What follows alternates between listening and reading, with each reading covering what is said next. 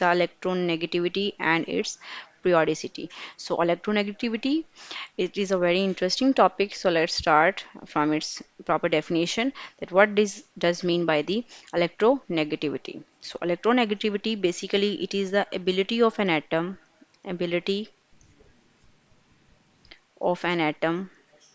And what type of ability? Ability of an atom to attract the shared pair of electron, to attract the shared pair of electron towards itself in a chemical bond. So when there is a formation of chemical bond, every atom needs to attract the shared pair of electron towards itself. So this ability of an atom is known as electronegativity. For example, in other words, we can say that the power of attraction. For example, this is the bond between two atoms. This is the nuclei of the atom A and this is the nuclei of atom B. Now, this is the bond between two atoms, and like this, A and B. This is the shared electron pair. So A atom will attract the shared pair of electron towards itself and B will attract towards itself. So the atom that is having more ability to attract the shared electron pair towards itself, this ability is known as electronegativity, or we can also write it as E dot N, electronegativity.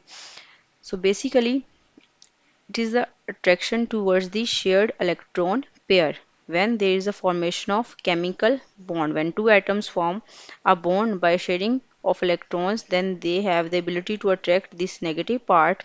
This ability is known as electronegativity. Okay. Next we have the examples. For example, if we have a bond between hydrogen H2. The bond is like H and H. Now they have shared two electrons. Now both the hydrogen atoms have same electronegativity. So the shared electron will remains in between these two atoms, so both have same electronegativity. But on the other hand, if we are going to discuss the second example, for example HCl, the bond between hydrogen and chlorine. Now in between hydrogen and chlorine, the hydrogen will have partial positive charge and the chlorine will have partial negative charge. Now why there is a formation of partial positive and partial negative charge on hydrogen and chlorine respectively? The reason behind is that because the electronegativity of chlorine is higher as compared to the hydrogen. So chlorine will attract the electron more tightly towards itself. So this why chlorine will acquire the charge partial negative. On the other hand, hydrogen is having less electronegativity, so it will acquire the partial positive charge. So this is a simple example when the electronegativity is going to be affect the structure of an atom or the formation of charge. Next we have the trend of electronegativity along the periods and in the group. So in the period when we move from left to right in the periodic table, the trend of electronegativity is very simple. Electronegativity is going to increase in period. Now, why it is going to be increased? The simple answer is that because the nuclear charge is greater, means the more positive charge. Now the positive charge will attract the shared electron pair towards itself more forcefully.